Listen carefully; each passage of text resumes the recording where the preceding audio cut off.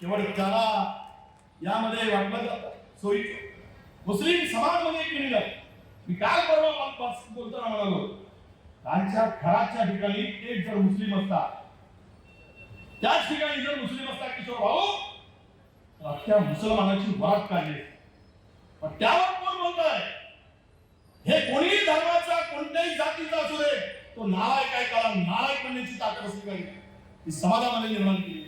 खरात प्रकरणामध्ये जी भयानक गोष्ट झाली म्हणजे माणुसकीला काळीमा असणारी अशी ही गोष्ट आहे. अतिशय दुर्दैवी आहे आणि पुरोगामी महाराष्ट्राला खरं तर एक खूप मोठा धक्का आहे. हा आपली चेष्टा करून ठेवली आहे या खरातांनी.